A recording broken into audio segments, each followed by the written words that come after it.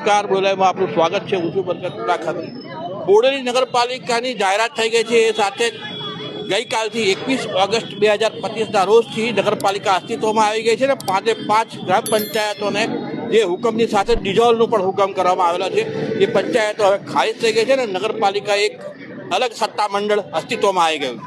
એ અંગેની ચર્ચા કરતા આપણે જે બીજા પણ વ્યક્તિઓ છે, બોડેલીના શ્રેષ્ઠીઓ આગેવાનો, આપણે કોંગ્રેસના નેતા છે, તેમને પૂછ્યું, સાહેબ આ નગરપાલિકા અસ્તિત્વમાં આવી છે, શું પ્રતિક્રિયા છે?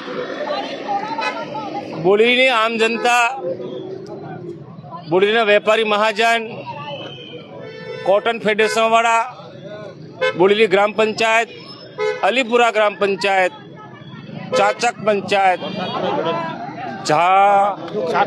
ચાકરપુરા અને ઢોકલિયા પંચાયતના તમામ વિસ્તારના જે આગેવાનો હતા એમની માંગણી હતી કે બોડેલીને નગરપાલિકા બનાવો. અને બધાનો આર્તનાદ, નહીં કે એક ભાજપ પક્ષનો, કોંગ્રેસની પણ ડિમાન્ડ હતી, આપ પાર્ટીની પણ ડિમાન્ડ હતી, ભાજપની પણ ડિમાન્ડ હતી. અને એ ડિમાન્ડને સરકારે મધ્ય નજર રાખીને બોડેલીને જ્યારે નગરપાલિકાનો દરજ્જો આપવા માટેનું જાહેરનામું બહાર પાડ્યું છું. હું સરકારને અભિનંદન પાઠવું છું. આપણે કોઈ ચર્ચા નહીં કરી આગળ બીજી? ના, નહીં. બરાબર.